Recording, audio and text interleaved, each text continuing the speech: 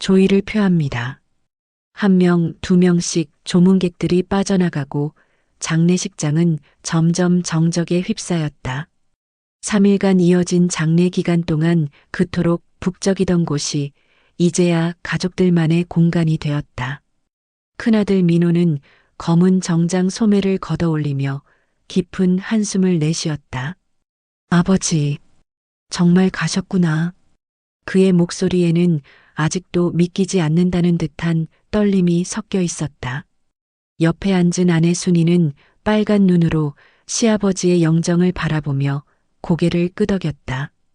둘째 진호는 벽에 기대어 서서 담배를 꺼내다 말고 다시 주머니에 넣었다. 장례식장에서는 안 된다는 걸 알고 있었지만 니코틴 없이는 이 무거운 마음을 견디기 힘들었다. 형, 우리 이제 어떻게 해야 하지? 그의 물음에 민호는 대답 대신 고개만 저었다. 셋째 성우는 여전히 영정 앞에서 꿇어앉아 있었다. 평소 가장 말이 많던 그였지만 아버지가 돌아가신 후로는 거의 말을 하지 않았다. 아내 미영이 그의 어깨에 손을 올렸지만 성우는 움직일 생각이 없어 보였다. 막내 준호는 구석진 자리에서 혼자 눈물을 흘리고 있었다. 32살의 나이에도 가족들 눈에는 여전히 어린 막내였다. 아직 결혼도 하지 않은 채 아버지와 함께 살아온 그에게는 이 상황이 더욱 실감나지 않았다. 자, 그럼 이제.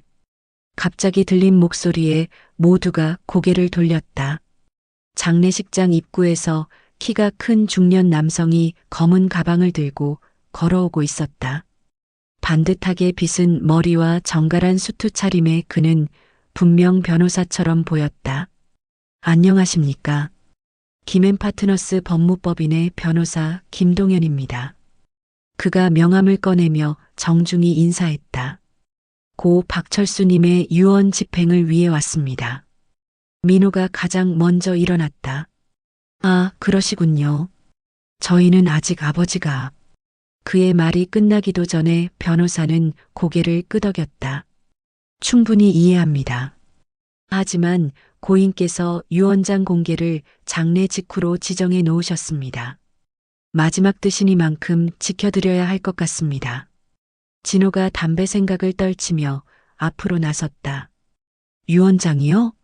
아버지가 언제? 3개월 전에 작성하셨습니다. 정식 공증을 받은 유효한 유언장입니다. 변호사는 가방에서 봉인된 서류를 꺼냈다. 짙은 갈색 봉투에는 아버지의 친필로 유언장이라고 쓰여 있었다. 성우가 비로소 영정에서 시선을 돌렸다. 아버지가 정말로? 그의 목소리에는 의외라는 감정이 묻어났다. 아버지는 평생 그런 걸 미리 준비하는 성격이 아니었다. 오히려 내가 죽으면 알아서 하겠지라며 대수롭지 않게 말하던 분이었는데, 그럼 지금 여기서 읽으시는 건가요? 순이가 조심스럽게 물었다. 변호사는 고개를 끄덕였다. 고인의 요청에 따라 가족 모두가 모인 자리에서 공개하라고 하셨습니다. 모두 계신가요? 민호가 주위를 둘러보며 확인했다. 네, 저희 네 형제와 며느리들 모두 있습니다. 그럼 시작하겠습니다. 변호사는 봉투의 봉인을 조심스럽게 뜯었다. 바스락거리는 종이 소리가 조용한 장례식장에 유난히 크게 울렸다. 가족들은 모두 숨을 죽이고 있었다. 사실 그들이 기대하는 건 많지 않았다. 아버지는 평생 작은 구멍가게를 운영하며 근근히 살아왔고 병원비로 저축도 거의 바닥이 난 상태였다. 유언장이라고 해봐야 가게 정도가 전부일 거라고 생각했다. 변호사가 안경을 쓰고 유언장을 폈다. 고 박철수님의 유언을 낭독하겠습니다.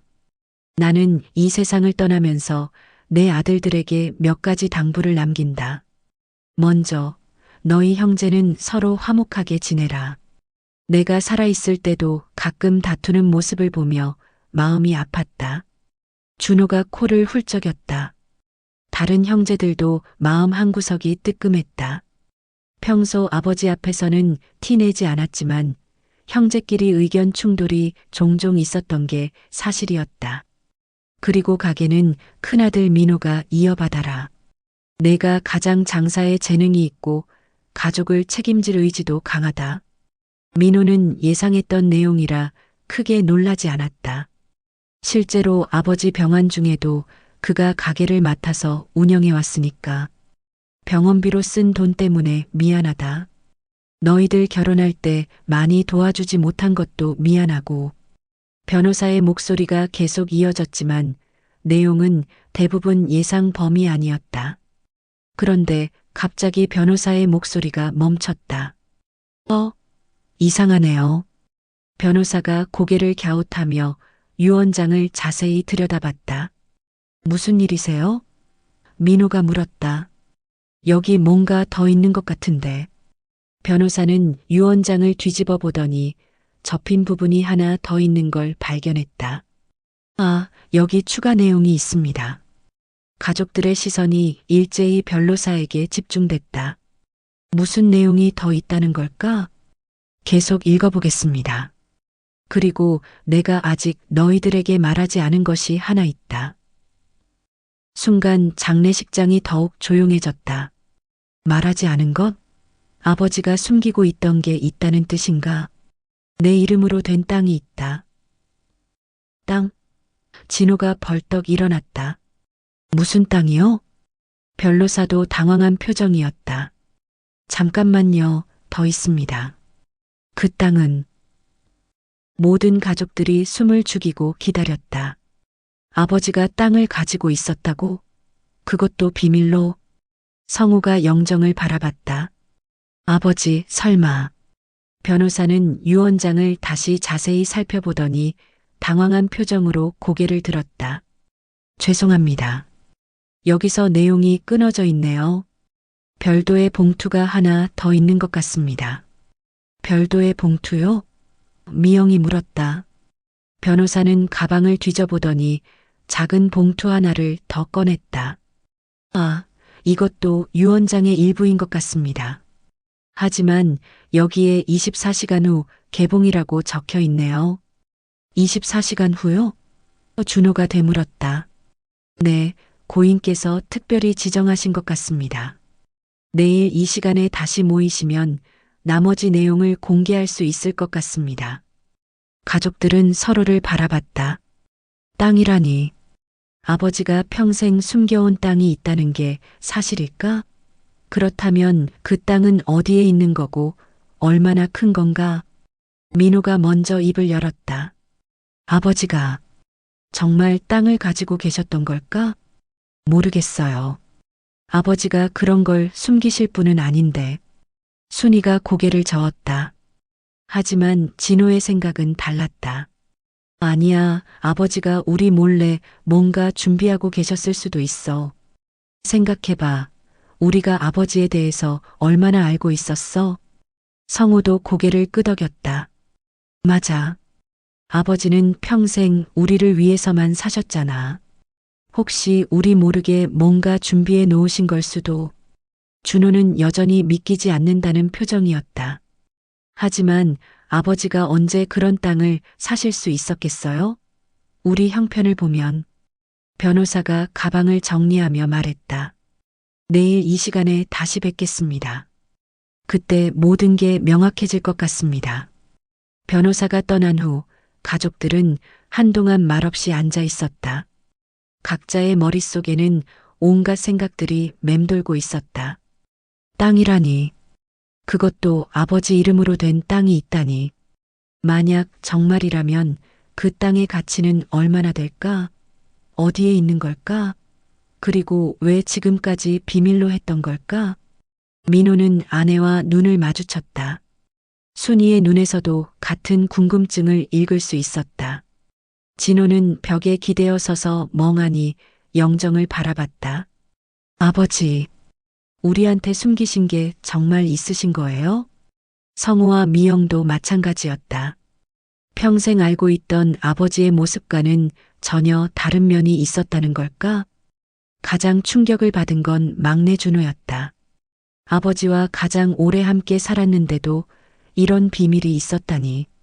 아버지, 저한테는 왜 말씀 안 하셨어요? 그의 중얼거림이 조용한 장례식장에 울렸다. 시간은 벌써 밤 10시를 넘어가고 있었다. 내일이면 모든 게 명확해질 텐데 이 긴 하루를 어떻게 보내야 할까? 민호가 일어나며 말했다. 오늘은 모두 집에 가서 쉬자. 내일 다시 와서. 아니야. 준호가 갑자기 말을 끊었다. 저는 여기 더 있을래요.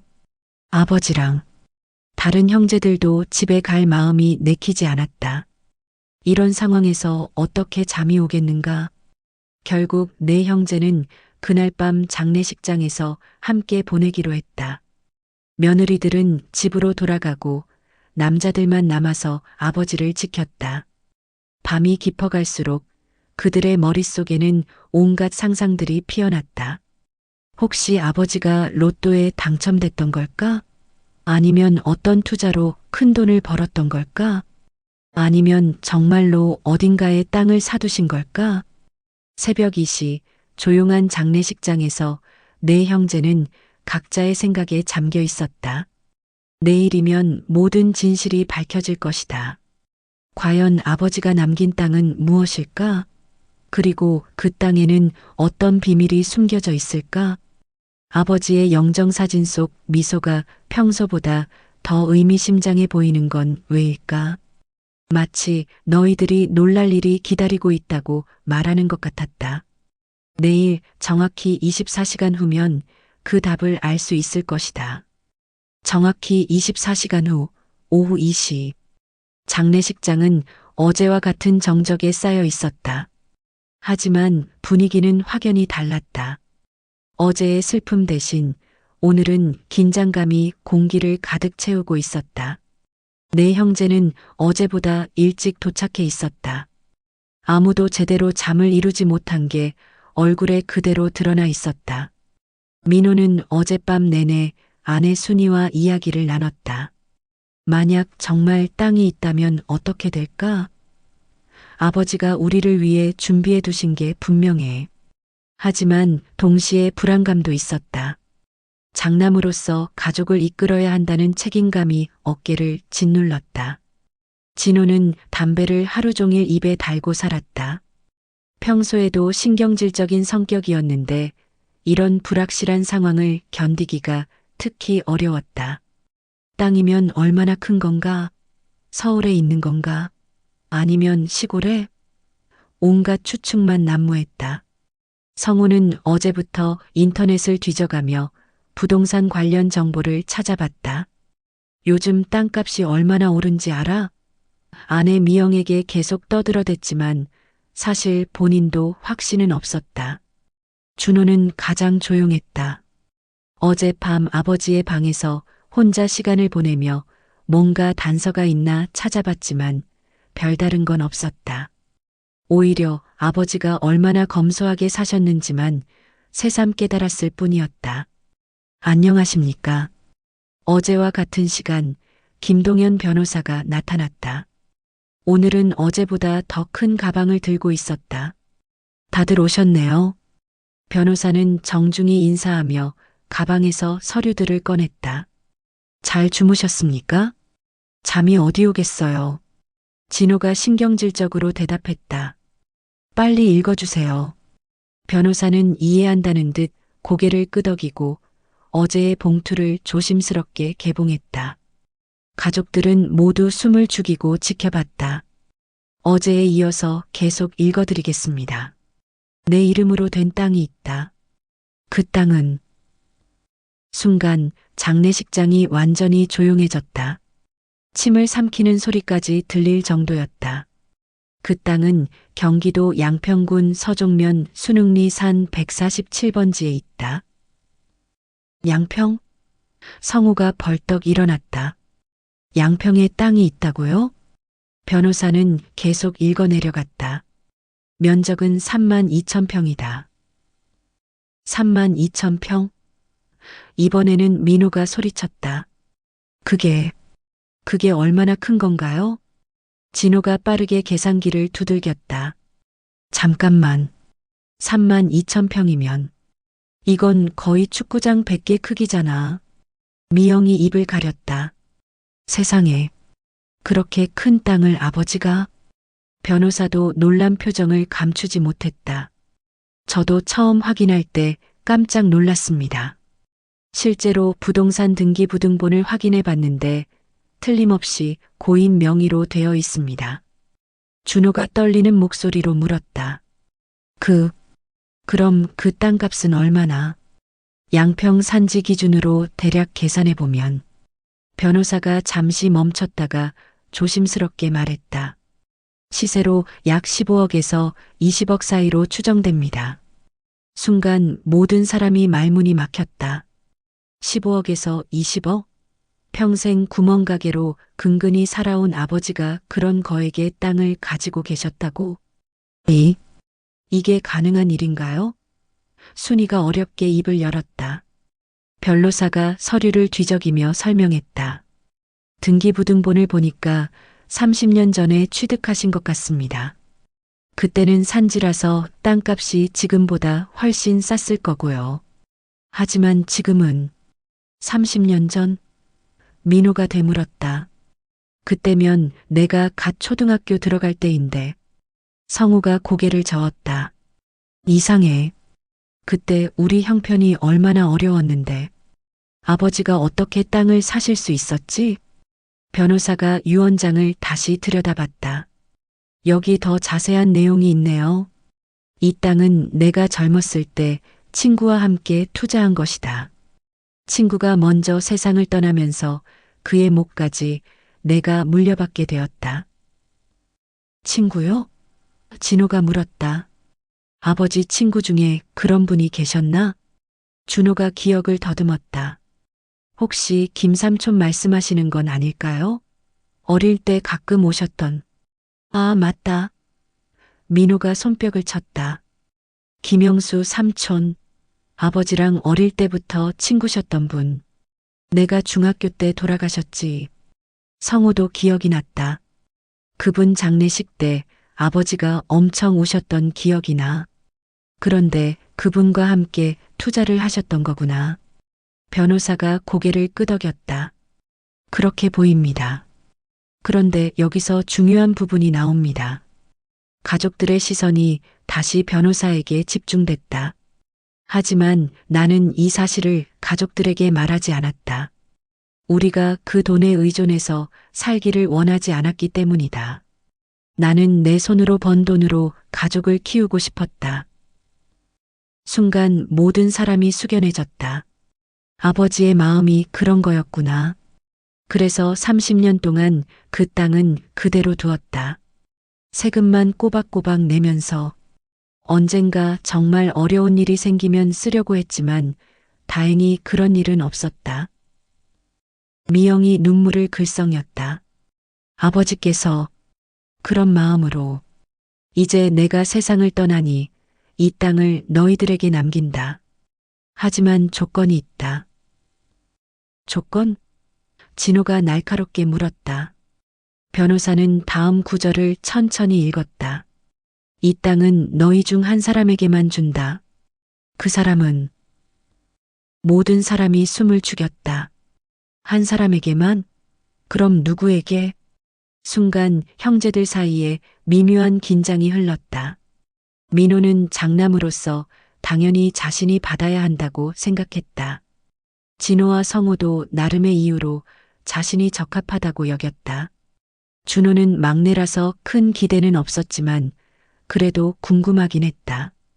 그 사람은 변호사가 잠시 멈췄다가 계속 읽었다. 가장 나를 이해하고 가장 가족을 사랑하며 가장 진실한 마음을 가진 사람이다. 그게 누군지는 어떻게 알죠? 성우가 물었다. 변호사는 유언장의 다음 페이지를 넘겼다. 여기에 구체적인 방법이 나와 있습니다. 내가 숨겨둔 상자가 하나 있다. 그 상자를 찾는 사람이 이 땅의 주인이 될 것이다. 상자 안에는 땅의 진짜 비밀이 들어있다. 상자? 준호가 되물었다. 어디에 숨겨두신 거죠? 상자는 나만이 아는 장소에 있다. 하지만 너희 중 한 명은 그곳을 알고 있을 것이다. 진정으로 나를 이해한다면 찾을 수 있을 것이다. 민호가 고개를 저었다. 이건 수수께끼네요. 아버지가 어디에 뭘 숨겨 놓으실 수 있겠어요? 아버지는 평생 집하고 가게 말고는 다른 데 안 가셨는데. 진호도 당황스러워했다. 하지만 성호는 다른 생각이었다. 아니야. 분명히 단서가 있을 거야. 아버지가 그냥 막연하게 말씀하셨을 리는 없어. 변호사가 유 원장의 마지막 부분을 읽었다. 시간은 일주일이다. 일주일 안에 상자를 찾지 못하면 이 땅은 사회에 기부한다. 너희들이 서로 싸우는 모습을 보고 싶지 않기 때문이다. 일주일? 미영이 놀랐다. 그것도 너무 짧은 거 아닌가요? 마지막으로 이 과정에서 너희들이 서로를 원망하거나 다투지 않기를 바란다. 내가 이렇게 하는 이유는 너희들을 시험하려는 게 아니라 진정으로 이해하는 사람에게 주고 싶기 때문이다. 변호사가 유 원장을 접으며 말했다. 이상입니다. 추가로 땅 관련 서류들은 그 상자 안에 있다고 되어 있네요. 한동안 아무도 말하지 않았다. 15억에서 20억짜리 땅을 찾기 위한 보물찾기라니. 민호가 먼저 입을 열었다. 그럼 이제 우리가 해야 할 일은 아버지가 숨겨둔 상자를 찾는 거네요. 하지만 단서가 너무 막연해. 진호가 담배를 만지작거렸다. 나만이 아는 장소라니. 대체 어디를 말하는 거야? 성우는 벌써 머릿속으로 계산하고 있었다. 일주일이면 시간이 많지 않아. 체계적으로 접근해야 해. 준호는 여전히 믿기지 않는다는 표정이었다. 정말 아버지가 그런 상자를 숨겨두셨을까요?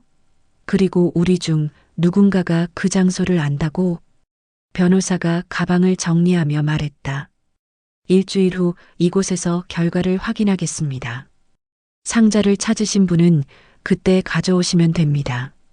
변호사가 떠난 후 네 형제는 서로를 바라봤다. 어제까지만 해도 함께 슬퍼하던 가족이었는데 이제는 경쟁자가 된 기분이었다. 그럼 우리 각자 찾아보는 건가? 성우가 조심스럽게 물었다. 민호는 잠깐 고민하더니 말했다. 아니다. 아버지 말씀대로 우리가 서로 다투면 안 돼. 함께 찾아보자. 하지만 마지막에는 결국 한 명만 받게 되는 거잖아. 진호의 목소리에는 복잡한 감정이 섞여 있었다. 그건 그때 가서 생각해보자. 일단은 상자부터 찾는 게 먼저야. 준호가 말했다. 성우가 고개를 끄덕였다. 맞아. 찾지도 못하면 아무 소용 없으니까. 하지만 속마음은 각자 달랐다. 민호는 장남으로서 당연히 자신이 받아야 한다고 생각했고, 진호는 자신이 가장 현실적이고 실용적이라고 자부했다. 성우는 자신이 가장 꼼꼼하고 체계적이라고 믿었고, 준호는 글쎄, 준호는 잘 모르겠다. 그럼 어디서부터 시작하지? 민호가 물었다. 당연히 집부터 봐야지. 진호가 답했다. 아버지가 뭘 숨겨놓으셨다면 집에 있을 가능성이 높아. 맞아. 그리고 가게도 확인해 봐야 하고. 성우가 덧붙였다. 준호가 조용히 말했다. 아버지 방에서 뭔가 이상한 점을 찾아봤는데. 뭐? 세 형이 동시에 물었다. 별건 아니에요. 그냥 평소보다 정리가 너무 잘 되어 있다고 해야 하나. 마치 누군가 와서 정리를 다시 한 것 같은 느낌이었어요. 민호가 고개를 갸웃했다. 그게 무슨 의미인지 모르겠어요. 그냥 느낌이 그랬다는 거예요. 성우가 일어나며 말했다. 일단 집으로 가서 자세히 살펴보자. 시간이 많지 않으니까. 네 형제는 장례식장을 나서며 각자 다른 생각에 잠겼다. 과연 아버지가 숨겨둔 상자를 찾을 수 있을까? 그리고 그 상자 안에는 정말 땅 관련 비밀이 들어있을까? 무엇보다 누가 그 상자를 찾게 될까? 아버지 영정 속의 미소가 오늘따라 더욱 의미심장해 보였다.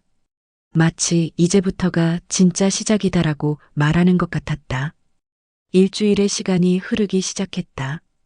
다음 날 오전 9시 아버지의 집. 평소 조용했던 이 집이 이렇게 북적인 건 정말 오랜만이었다. 내 형제와 며느리들이 모두 모여서 집안 곳곳을 뒤지고 있었다. 여기는 다 봤어. 민호가 안방에서 소리쳤다. 그는 어제부터 가장 적극적으로 나서고 있었다. 장남으로서의 책임감도 있었지만 솔직히 20억짜리 땅에 대한 욕심도 있었다. 거실 책장도 다 확인했는데 별거 없어. 진호가 땀을 닦으며 말했다. 그는 밤새 인터넷으로 보물찾기 요령까지 검색해봤다. 벽 뒤나 마루 밑 같은 데도 두드려봤는데 성우는 부엌에서 냉장고까지 옮기고 있었다. 혹시 냉장고 뒤나 싱크대 밑에. 안에 미영이 말렸지만 그는 포기할 생각이 없었다. 준호만 유일하게 제자리에 앉아 있었다. 아버지가 평소 즐겨 앉던 거실 소파에서 멍하니 주위를 둘러보고 있었다. 준호야, 너도 뭔가 찾아봐. 순이가 말했다. 네. 준호는 대답했지만 움직이지 않았다. 뭔가 다른 생각에 잠겨 있는 것 같았다. 이상해. 성우가 고개를 저었다. 아버지가 뭘 숨겨놓을 만한 곳이 도대체 어딘지. 우리가 놓치고 있는 게 있나? 민호가 주머니에서 메모지를 꺼냈다. 유언장에서 단서를 다시 정리해보자. 나만이 아는 장소라고 했지? 그리고 너희 중 한 명은 그곳을 알고 있을 것이라고. 진호가 덧붙였다. 그럼 우리 중에 아버지와 특별한 추억이 있는 장소가 있을까? 미영이 물었다. 순간 모든 시선이 준호에게 집중됐다. 막내로서 아버지와 가장 오래 함께 살았고 가장 가까웠던 건 사실이었다. 준호야, 혹시 아버지와 단둘이 가본 곳이 있어? 민호가 물었다. 준호가 고개를 들었다. 글쎄요. 특별한 곳은 없었는데. 아니야, 분명 있을 거야. 진호가 다가왔다. 생각해봐. 아버지가 너하고만 간 곳, 우리는 모르는 곳. 준호는 잠깐 생각하더니 조심스럽게 말했다. 그냥 가끔 산책할 때 동네 뒷산에 올라가긴 했어요. 그것도 별로 자주는 아니고. 뒷산? 성우가 눈을 반짝였다. 어디쯤에서 뭘 했는데? 별거 아니에요. 그냥 벤치에 앉아서 이야기하고.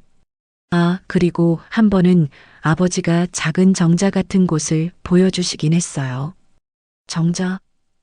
민호가 벌떡 일어났다. 그게 언제야? 한 6개월 전쯤?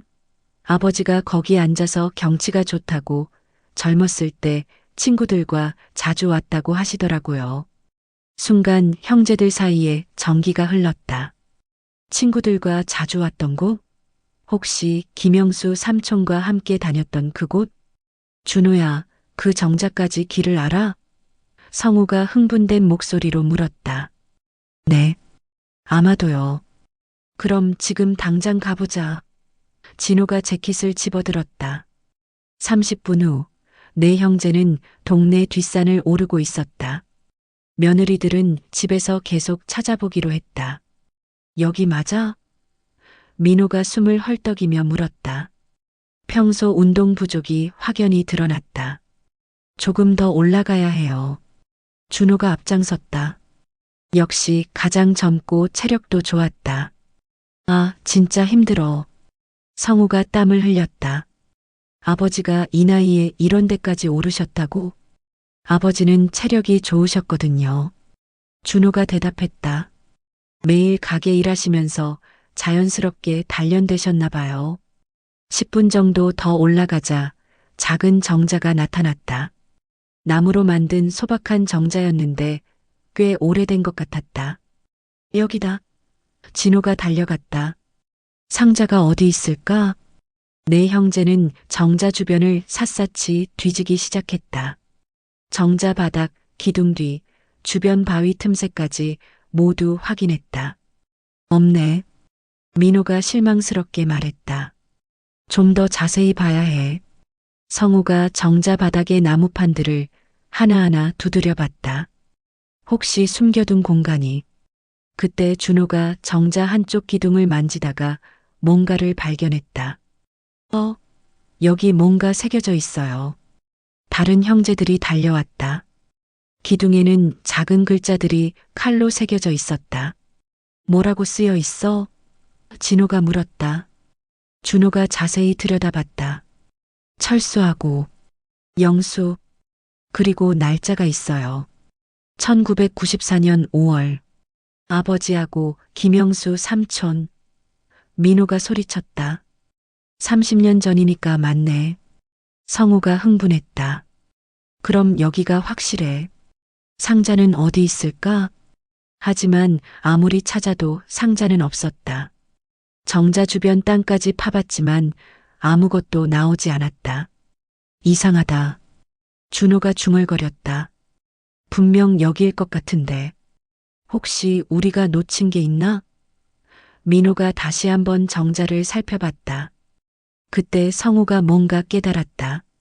잠깐 유언장을 다시 생각해보자.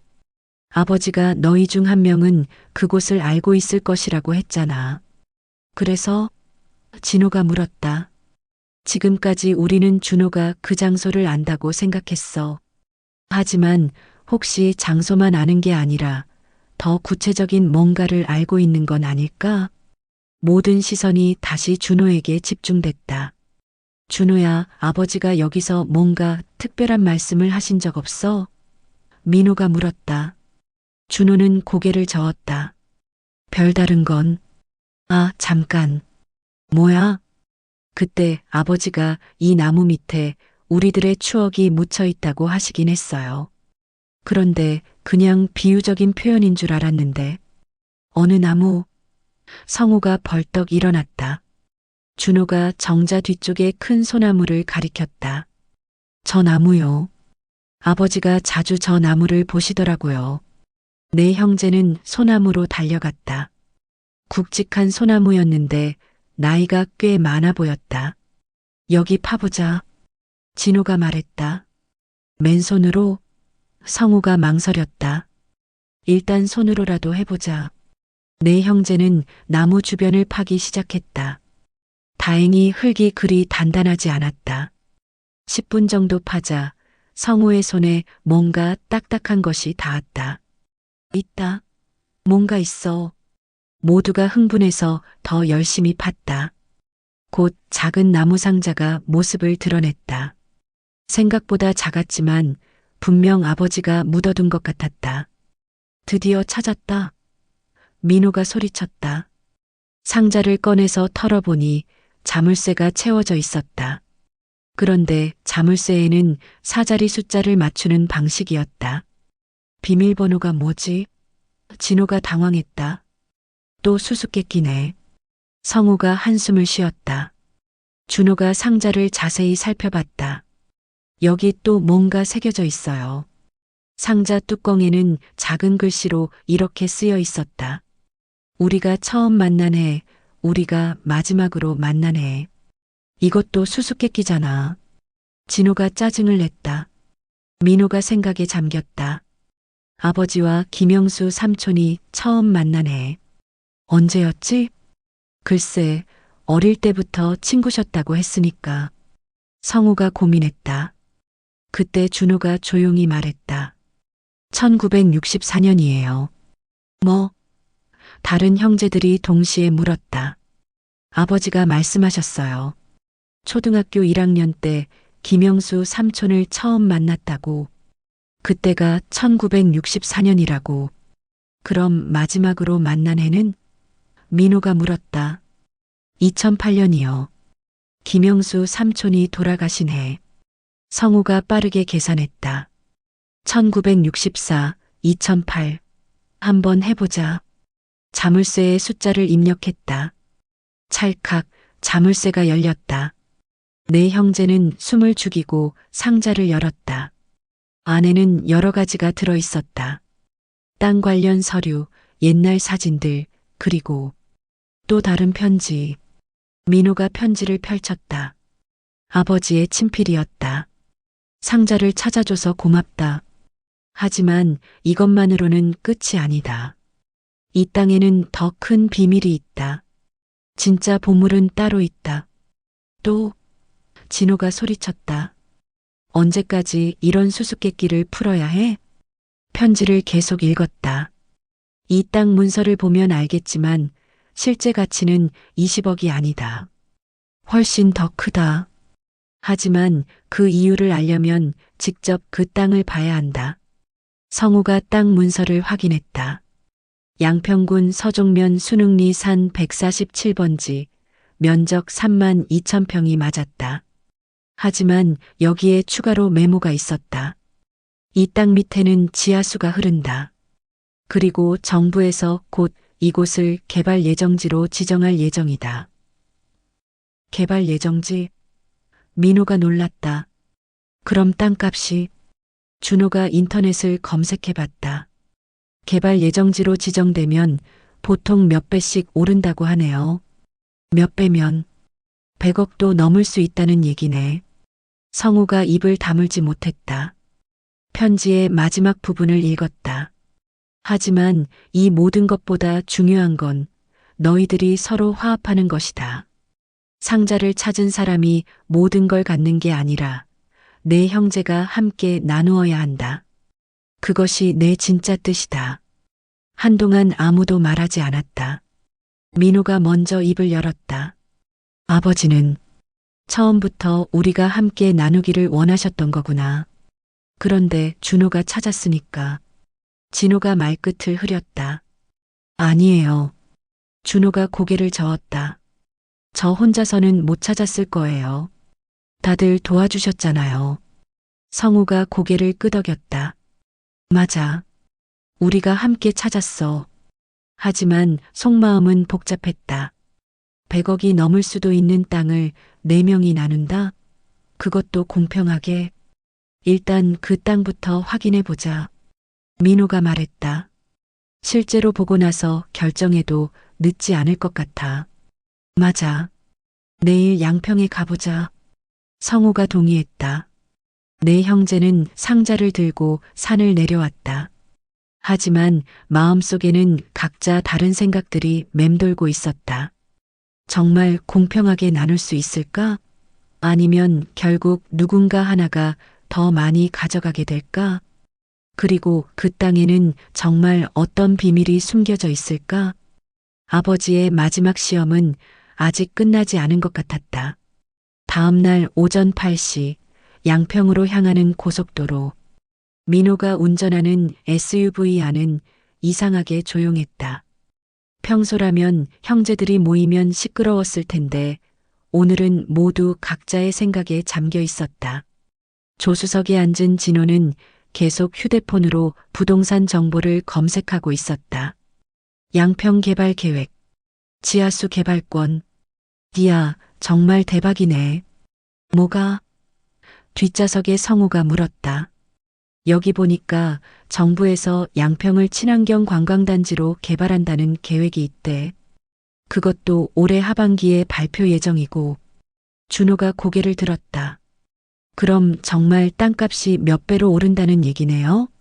몇 배가 아니라 몇십 배일 수도 있어. 진호의 목소리에 흥분이 섞여 있었다. 지하수까지 있다면 리조트나 펜션 단지로 개발하기 완벽한 조건이거든. 민호는 운전을 하면서도 머릿속으로 계산하고 있었다. 100억, 아니 그 이상일 수도 있다는 땅을 4명이 나눈다면 한 명당 25억은 넘는다. 평생 돈 걱정 없이 살 수 있는 금액이었다. 그런데 정말 공평하게 나누는 거 맞지?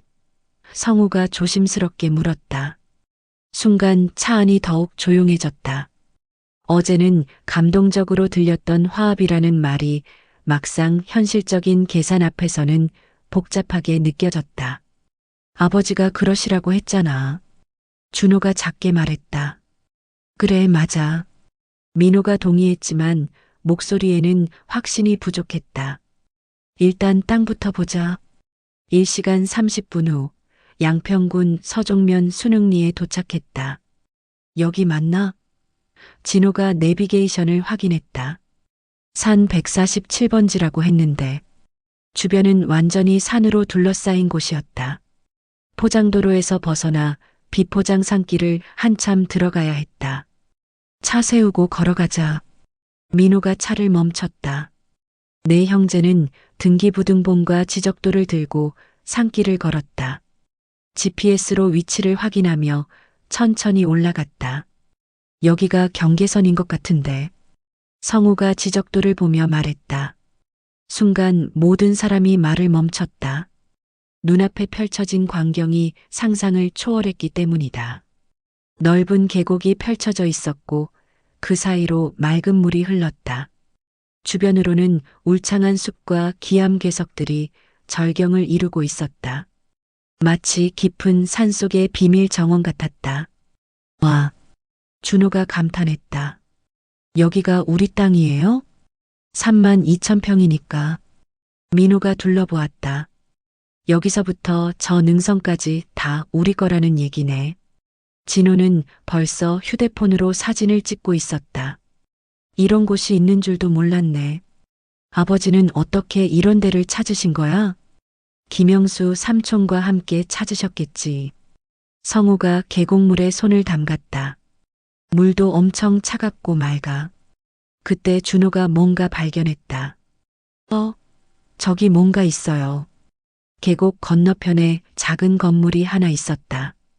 아주 오래된 것 같았지만 관리는 잘 되어 있어 보였다. 뭔가 오두막 같은 건데. 민호가 눈을 가늘게 뜨고 봤다. 내 형제는 징검다리를 건너서 그 건물로 갔다. 가까이 가보니 작은 창고 같았는데 문에는 자물쇠가 채워져 있었다. 또 자물쇠네.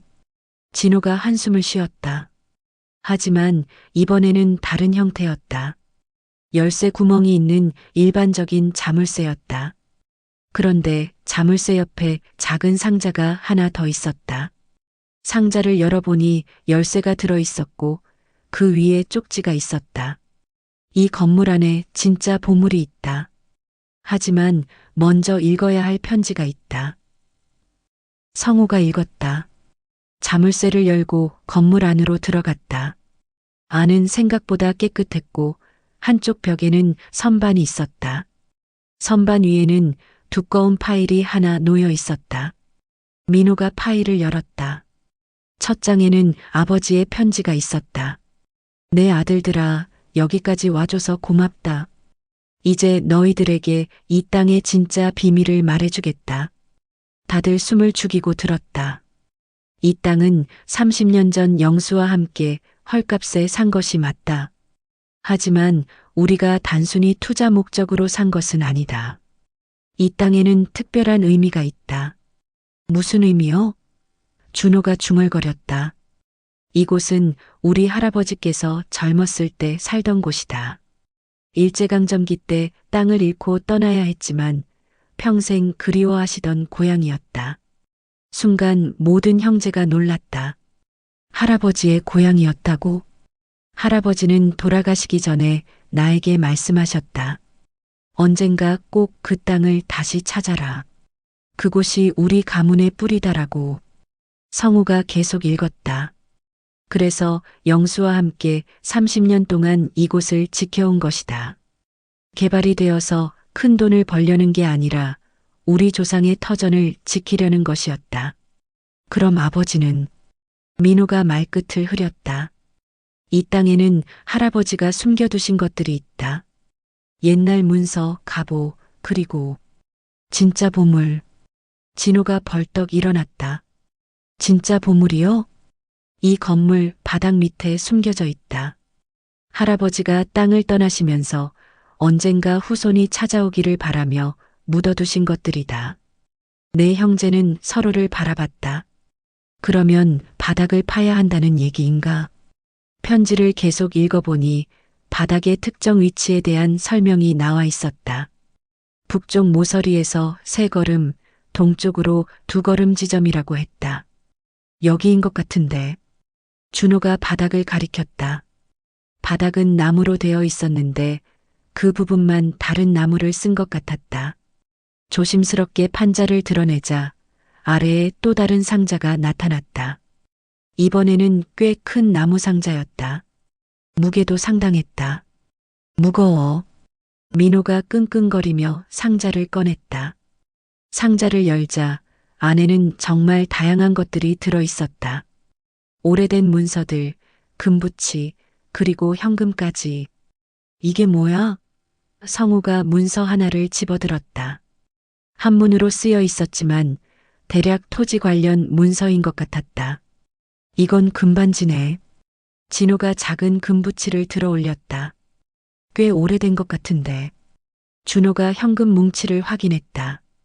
이건 일본 돈인 것 같은데요? 일제강점기 때 돈이겠지. 민호가 말했다. 상자 맨 아래에는 또 다른 편지가 있었다. 이번에는 할아버지의 글씨였다. 후손들에게 나는 이 땅을 떠나지만 언젠가 우리 가문이 이곳으로 돌아오기를 바란다. 이 상자 안의 것들은 우리 집안 대대로 내려온 갑오들이다. 그리고 이 토지 문서는 이 일대가 모두 우리 땅이었다는 증거다. 일대가 모두? 성우가 놀랐다. 문서를 자세히 보니 지금의 3만 2천 평이 아니라 그 주변 땅까지 포함해서 10만 평이 넘는 면적이었다. 잠깐만. 진호가 급하게 휴대폰을 꺼냈다. 이 문서가 진짜라면. 뭐? 민호가 물었다. 지금 정부에서 개발하려는 지역이 바로 여기야. 그런데 우리가 원래 땅 주인이었다는 증거가 있다면. 성우가 이해했다. 보상금을 받을 수 있다는 얘기네. 보상금이 아니라 아예 땅 소유권을 주장할 수 있을 수도 있어. 준호가 계산기를 두드렸다. 10만 평의 개발 예정지라면. 이건 수백억 아니라 천억 단위일 수도. 순간 모든 사람이 말을 멈췄다. 천억 단위의 돈이라니.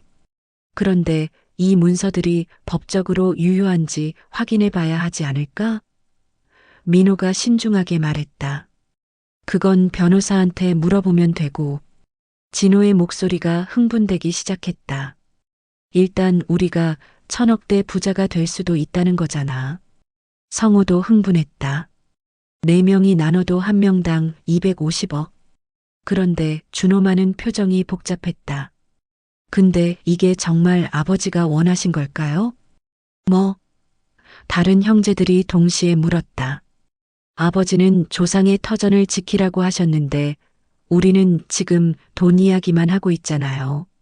순간 분위기가 차가워졌다. 그래도 현실적으로 생각해야지. 진호가 말했다. 이런 기회가 또 언제 와? 맞아. 성우도 동의했다. 아버지도 우리가 잘 살기를 원하셨을 거야. 민호는 고민에 빠졌다. 장남으로서 가족을 이끌어야 하는데 무엇이 옳은 선택인지 확신이 서지 않았다. 일단 이 문서들을 가지고 서울로 돌아가자. 민호가 말했다. 변호사한테 상담받고 나서 결정하면 돼. 하지만 상자를 정리하면서 내 형제의 마음속에는 서로 다른 생각들이 자리 잡고 있었다. 진호와 성우는 이미 돈 계산에 정신이 팔려 있었다. 이런 기회가 또 언제 올까? 평생 돈 걱정 없이 살 수 있는 천재일우의 기회였다. 민호는 책임감과 욕심 사이에서 고민하고 있었다. 가족을 위해서는 돈이 필요하지만 아버지의 뜻을 저버리는 것 같아서 마음이 무거웠다. 준호는 가장 복잡했다. 아버지와 가장 가까웠던 만큼 아버지의 진짜 뜻이 무엇인지 고민이 깊어졌다. 양평에서 서울로 돌아가는 길, 차 안은 오갈 때와는 완전히 다른 분위기였다. 형들, 저 한 가지만 물어봐도 될까요? 준호가 조심스럽게 입을 열었다. 뭐? 만약 이게 정말 1,000억이 넘는 가치라면 우리 정말 공평하게 나눌 수 있을까요? 순간 차 안이 정적에 휩싸였다. 민호는 운전하면서도 이 질문을 예상하고 있었다. 진호와 성우도 마찬가지였다. 1,000억을 4명이 나눈다? 이론적으로는 가능하지만 현실적으로는 당연하지. 진호가 대답했지만 목소리에는 확신이 없었다. 그래, 우리 형제잖아. 성우도 동의했지만 역시 마음속으로는 다른 생각을 하고 있었다. 민호는 대답하지 않았다. 대신 악셀러레이터를 더 세게 밟았다. 집에 도착할 때까지 남은 1시간 동안 아무도 말하지 않았지만 모두가 같은 생각을 하고 있었다. 과연 이 모든 것을 공평하게 나눌 수 있을까? 아니면 결국 누군가는 더 많이, 누군가는 적게 가져가게 될까? 아버지가 정말로 원했던 것은 무엇이었을까? 그리고 이 엄청난 재산을 두고 형제들 사이에 균열이 생기지는 않을까? 서울로 돌아오는 길, 내 형제의 마음속에는 욕심과 양심이 복잡하게 얽혀 있었다. 3일 후 서울 강남의 한 법무법인 사무실. 축하드립니다. 부동산 전문 변호사가 미소를 지으며 말했다. 이 문서들은 모두 법적으로 유효합니다. 할아버님의 토지 소유권 증명서도 정식으로 등록된 것이고요. 내 형제는 숨을 죽이고 변호사의 다음 말을 기다렸다. 현재 정부 개발 계획과 맞춰보면 보상금만으로도 최소 800억, 토지, 소유권 주장이 받아들여진다면 1200억까지도 가능합니다. 순간 사무실이 조용해졌다. 1200억. 한 명당 300억씩이다. 정말인가요? 민호가 떨리는 목소리로 물었다. 네, 확실합니다.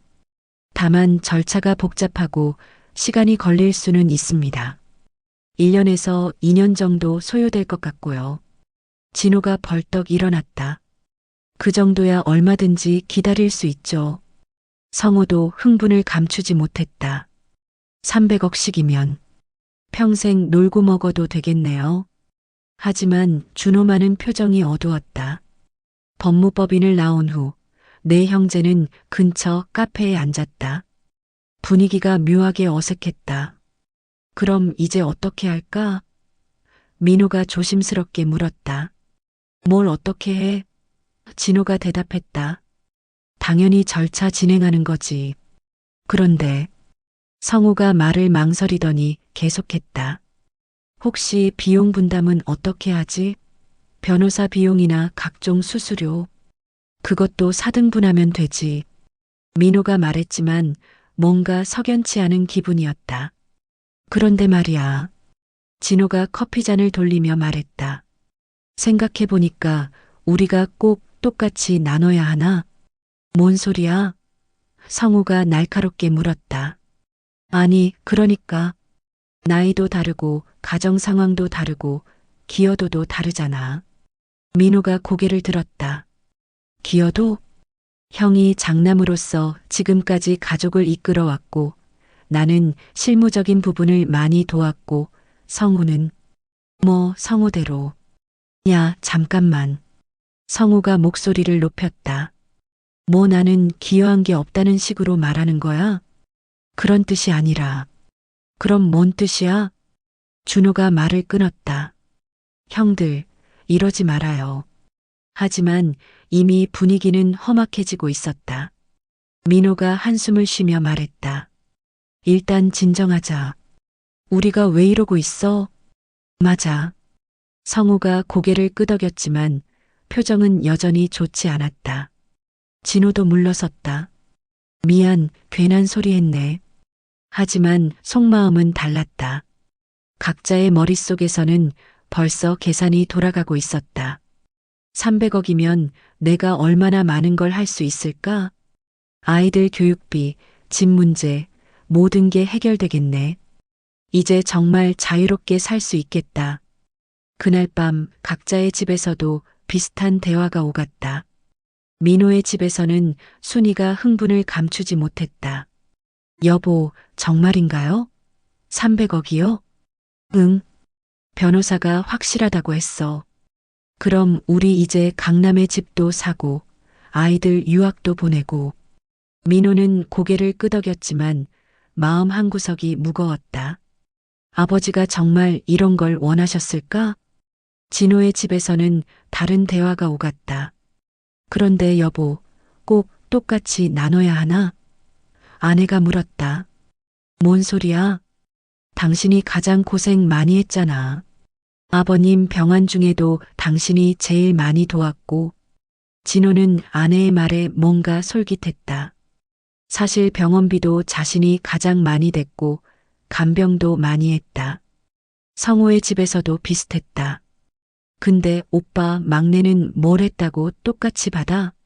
미영이 말했다. 그게 무슨. 솔직히 준호는 아직 결혼도 안 했고 책임도 없잖아. 우리는 애들 키우느라 얼마나 힘든데. 성호도 점점 아내 말이 맞는 것 같았다. 하지만 준호의 집에서는 다른 분위기였다.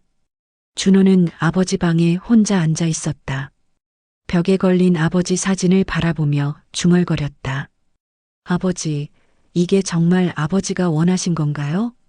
사진 속 아버지는 여전히 따뜻하게 미소 짓고 있었다.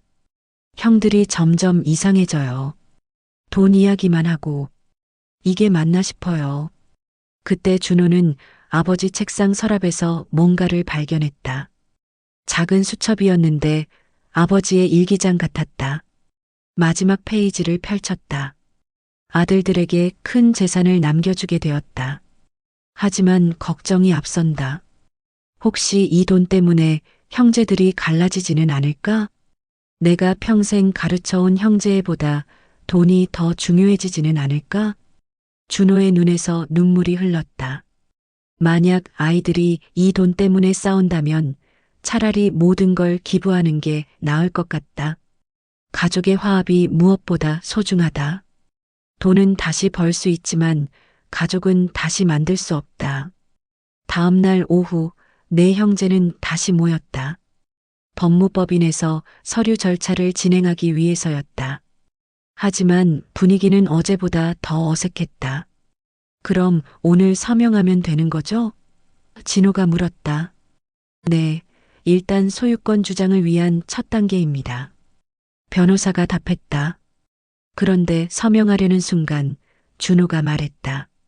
잠깐만요. 모든 사람이 준호를 바라봤다. 저는 서명 안 할래요. 뭐? 민호가 놀랐다. 왜? 진호가 날카롭게 물었다. 준호가 아버지의 일기장을 꺼냈다. 어제 아버지 방에서 이걸 찾았어요. 일기 내용을 읽어주자 모든 사람이 말을 잃었다. 아버지는 우리가 이 돈 때문에 싸우는 걸 원하지 않으셨어요. 그래도 성우가 말했다. 이미 여기까지 왔는데. 형, 우리 지금 어떻게 되고 있는지 봐요. 3일 전까지만 해도 우리는 서로 도우며 살았는데 지금은 어때요? 진호가 짜증을 냈다. 그건 그렇다고 해서 이 엄청난 기회를 포기할 순 없잖아. 왜 포기해야 해? 성우도 동의했다. 민호는 고민에 빠져 있었다. 준호 말도 맞고 형들 말도 맞는 것 같았다. 준호야, 그럼 넌 어떻게 하고 싶어? 민호가 물었다. 아버지가 원하신 대로 해요. 정말 필요한 만큼만 쓰고 나머지는 뭐? 진호가 물었다. 기부해요. 아니면 정말 의미 있는 일에 써요. 순간 모든 사람이 준호를 쳐다봤다. 300억을 기부하자고? 너 미쳤어? 성우가 소리쳤다. 형, 우리한테 300억이 정말 필요해요? 각자 10억씩만 가져도 평생 여유롭게 살 수 있잖아요. 10억? 진호가 웃었다. 300억을 두고 10억만 가져가자고? 나머지 260억은 뭐 하라고? 준호가 조용히 대답했다. 아버지와 할아버지가 지키려고 했던 그 땅을 제대로 보존하는 데 쓰면 어떨까요? 문화재로 만들거나 후손들을 위한 공원으로 만들거나. 야, 정말 이상한 소리 하지 마. 진호가 화를 냈다. 맞아. 너무 이상적인 소리야. 성우도 동조했다. 하지만 민호는 다르게 생각하기 시작했다. 준호의 말을 들으니 뭔가 마음이 편해지는 기분이었다. 준호야, 그럼 정말로 10억씩만? 형도 그게 좋을 것 같아요? 민호가 고개를 끄덕였다. 사실 나도 300억이 너무 부담스러웠어. 그런 큰 돈을 어떻게 써야 할지. 형? 진호가 소리쳤다. 정신 차려. 아니야, 준호 말이 맞는 것 같아. 민호가 단호하게 말했다. 우리가 지금 무엇 때문에 싸우고 있는지 봐. 돈이야, 돈. 성우가 당황했다. 그래도 이건 너무해. 기회는 한 번뿐이야. 기회? 준호가 물었다. 형, 정말 중요한 건 돈이에요? 당연하지.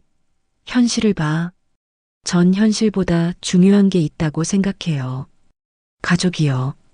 그 말에 모든 사람이 조용해졌다. 변호사가 어색하게 말했다. 의견을 통일하고 다시 오시는 게 어떨까요? 내 형제는 사무실을 나왔다. 밖에서 한참을 서 있었다. 형들, 저 한 가지만 더 말씀드릴게요. 준호가 입을 열었다. 뭔데? 아버지가 돌아가시기 전에 저한테 하신 말씀이 있어요. 모든 사람이 귀를 기울였다. 아버지가 그러셨어요. 준호야, 형들을 잘 부탁한다. 너희는 내가 남길 수 있는 가장 소중한 유산이다라고. 민호의 눈에서 눈물이 흘렸다. 그리고 돈은 언젠가 다 쓰면 끝이지만 형제는 평생이다라고 하셨어요. 성우와 진호도 마음이 흔들리기 시작했다. 저는 300억보다 형들이 더 소중해요. 준호의 목소리가 떨렸다. 우리가 이 돈 때문에 갈라진다면 아버지가 얼마나 슬퍼하실까요? 한참의 침묵이 흘렀다. 민호가 먼저 입을 열었다. 준호야, 고마워. 너 때문에 정신을 차렸어. 형, 나도 준호 의견에 찬성해. 10억씩 가지고 나머지는 의미 있는 곳에 쓰자. 성우가 망설이더니 말했다. 그럼 정말 그렇게 하는 거야? 응. 진호만 아직 고민하고 있었다. 하지만 형들과 막내의 진심 어린 표정을 보니 마음이 움직였다. 알았어. 진호가 한숨을 쉬며 말했다. 나도 동의할게. 대신 조건이 있어. 뭔데? 그 땅을 정말 의미 있게 쓰자. 할아버지와 아버지의 뜻대로 후손들이 기억할 수 있는 곳으로. 당연하지. 6개월 후, 양평의 그 땅은 박철수 기념 가족공원이 되었다. 할아버지와 아버지의 이야기, 그리고 가족의 소중함을 알리는 교육 공간으로 꾸며졌다. 네 형제는 각자 10억씩 가져갔지만 그 돈으로 서로를 돕고 의미 있는 일들을 했다. 민호는 가족 사업을 확장했고 진호는 사회복지재단을 만들었다. 성우는 교육 사업에 투자했고 준호는 문화예술 지원 사업을 시작했다. 매년 아버지 기일에는 네 가족이 모두 그 공원에 모인다. 아이들과 손자들까지 함께 와서 할아버지와 증조할아버지의 이야기를 듣는다. 할아버지가 우리에게 주신 진짜 유산이 뭔지 알겠지? 민호가 아들에게 물었다. 돈이 아니라 가족의 사랑이요. 아이가 대답했다. 맞아. 준호가 아버지 동상 앞에서 꽃을 놓으며 말했다. 아버지, 저희 잘하고 있죠? 바람에 나뭇잎이 살랑살랑 흔들렸다. 마치 아버지가 고개를 끄덕이는 것 같았다. 네 형제는 서로의 어깨에 손을 올리고 아버지 동상을 바라봤다. 돈보다 소중한 것을 깨달은 그들의 얼굴에는 평화로운 미소가 떠올라 있었다. 아버지의 진짜 유언은 유언장에 적힌 말이 아니었다. 평생을 통해 보여주신 가족 사랑이었고 마지막에 형제들이 그것을 깨닫게 해주신 지혜였다. 하늘에서 아버지와 할아버지가 흐뭇하게 내려다보고 계실 것 같았다. 우리 자손들이 제대로 컸구나. 그렇게 박철수의 유언장 속 숨겨진 땅은 단순한 재산이 아닌 가족의 화합이라는 더 큰 보물을 남겨주었다. 그리고 그 보물은 돈과 달리 대대손손 이어질 것이었다.